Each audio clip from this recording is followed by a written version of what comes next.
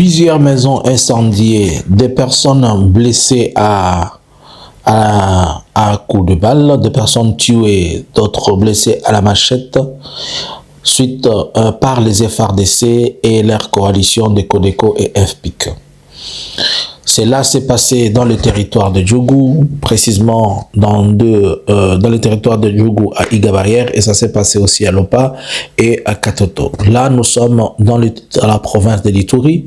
On se situe à presque 25 km dans le sud et dans l'ouest de Bunia. Bonjour, bonsoir. Nous vous saluons de partout, vous êtes en train de nous suivre. Cela dépend de l'heure, cela dépend du moment et cela dépend du jour auquel vous nous suivez. Merci à vous tous qui nous accordez votre temps et qui nous accordez l'oreille pour nous écouter. Abonnez-vous, partagez et restez connectés avec nous. Nous allons, comme d'habitude, faire nos quelques minutes d'analyse. C'est 10 minutes chrono pour nous permettre d'analyser. Mais aujourd'hui, nous n'allons pas faire le 10 minutes, nous allons peut-être faire le mois. Alors, nous disons merci. Laissez-nous un cœur comme ça, s'il vous plaît. Vous pouvez laisser votre cœur. Vous pouvez laisser un commentaire, liker la vidéo. Commencez d'abord par liker la vidéo sur YouTube, ainsi que vous référencez la vidéo. Laissez ensuite un commentaire. Merci de nous suivre sur Facebook, Analysons Congo, de nous suivre aussi sur YouTube, sur Akanews, TikTok, et ne manquez pas de nous suivre aussi sur Twitter. Alors, les FRDC ont mis en place, après les événements tels que vous savez, dont on a reproché la FRDC, sa passivité dans la situation de ce qui s'est passé récemment. Et la FRDC, de son côté, était en train d'accuser la population d'être à l'origine de sa propre insécurité. Et cela, comme si cela ne suffisait pas, les FRDC ont été obligés d'organiser des opérations qui étaient considérées comme de simples opérations de routine de bouclage. Et dans ce sens-là, les opérations de bouclage ont tourné au vinaigre. Ils ont organisé les opérations de bouclage suite à ce qu'ils disent avoir eu des informations comme quoi, dans ces territoires-là, il y avait la présence des CRP, c'est-à-dire des éléments de la coalition de Thomas Lubanga. Et c'est comme ça qu'ils sont partis pour organiser ces opérations. À noter qu'il y a de nouvelles troupes que Kinshasa a pu envoyer dans cette zone-là, à Bunia, peut-être pour renforcer la capacité des FRDC. Et c'est ainsi que ces hommes qui sont partis dans les opérations, est-ce que c'est parce qu'ils ne connaissaient pas, est-ce comment ils se sont associés à des groupes armés? La FRDC a fait une coalition avec des groupes armés, notamment les Codeco et l'FPIC. Il faut aussi noter qu'il y a une tendance qui est cachée, il y a quelque chose qui se dénote, puisque les territoires qui ont été attaqués, pas les territoires qui ont été attaqués, les lieux où on a ciblé, c'est à 98 ou à 90%, à 90% ou à 90% des territoires occupés par les HEMA.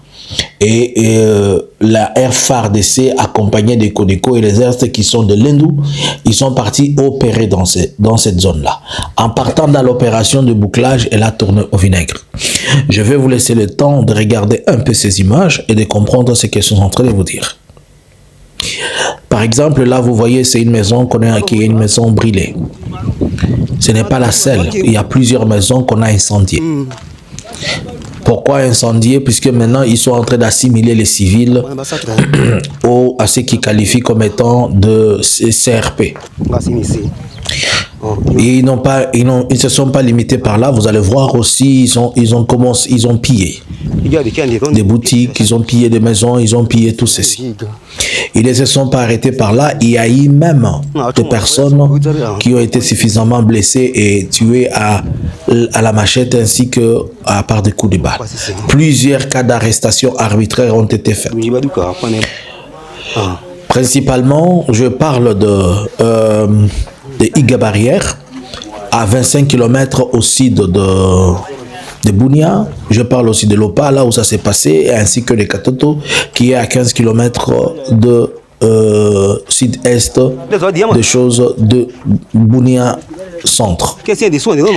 Et ces centres de négoce ont été vandalisé, si nous pouvons le dire, par la FARDC, pour cause de ce que je viens de vous dire. Maintenant, pour que la FARDC justifie son forfait, elle prétend s'être affrontée à un groupe armé dans la zone, et c'est ce qui l'a poussé à pouvoir arrêter. Alors que, en réalité, dans cette zone dont il parle des affrontements, il n'y a pas eu des affrontements, il n'y a pas eu d'échange de tirs entre lui et des groupes armés.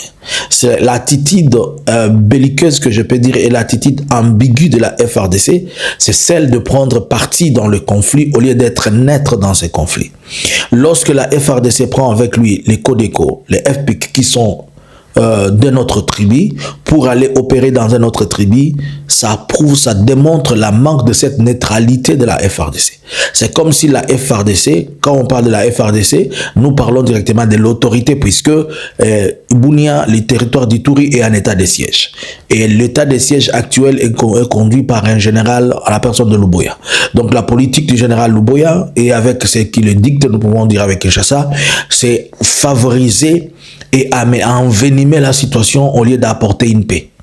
On envoie des militaires dans cette zone, on envoie des militaires accompagnés des CODECO. Le militaire ne savent rien, ce sont les CODECO qui opèrent, mais ils opèrent avec le militaire, mais sous le nom de ces militaires-là. Et les militaires qui ne connaissent rien, il suffit qu'on leur dise, celui-là c'est ainsi, c'est celui-ci, sans preuve, sans quoi, ils tirent. Est-ce que cette attitude, ce comportement continue à encourager la cohésion des tribus, continue à encourager la cohésion du peuple? Je ne pense pas. À l'ère actuelle, il n'y a pas de conflit tribal. Mais nous sommes en train d'aller vers ces conflits si le gouvernement ne change pas son comportement et si le gouvernement ne traite pas cette question dans le sens de la neutralité et dans le sens d'amener les communautés à cohabiter. Maintenant, cette autre communauté pense qu'elle est marginalisée et qu'elle n'est pas aimée, elle va chercher à se défendre. Et en cherchant à se défendre, le gouvernement tombe sur lui, le gouvernement le misèle encore et lui fait ce qu'il peut faire. Dans les heures qui vont venir, nous allons vous présenter, nous allons vous donner le bilan, mais nous voulons un peu, par la même occasion, on en profite pour dire que même l'autorité locale continue à miseler la liberté d'expression de tout. Tout celui qui essaie de donner de preuves, tout celui qui essaie de parler de ce qui se passe dans les territoires, si ce n'est pas l'ANER, l'auditorat, il tombe sur lui, il arrête et on le traque comme on peut. Même si on te voit de telle manière que je vous informe qu'on est même en train de fouiller les téléphones de certaines personnes, de plusieurs personnes.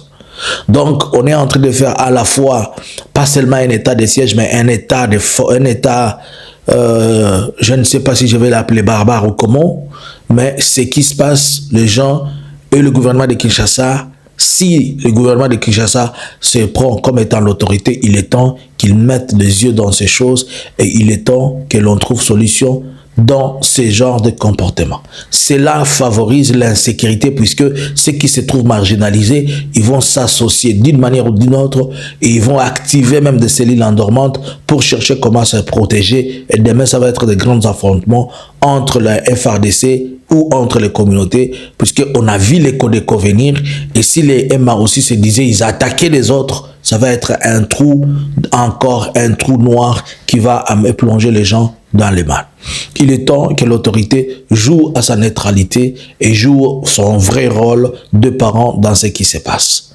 Bonjour, bonsoir, nous reviendrons avec un bilan de tout ce qui s'est passé, à la fois de morts, de maisons calcinées, brûlées, de personnes, puisqu'il y a des images que nous ne saurons pas vous faire voir. Il y a plusieurs déplacés, des camps, on a attaqué même des camps de déplacés, on a tué encore le déplacé. Bonjour et bonsoir.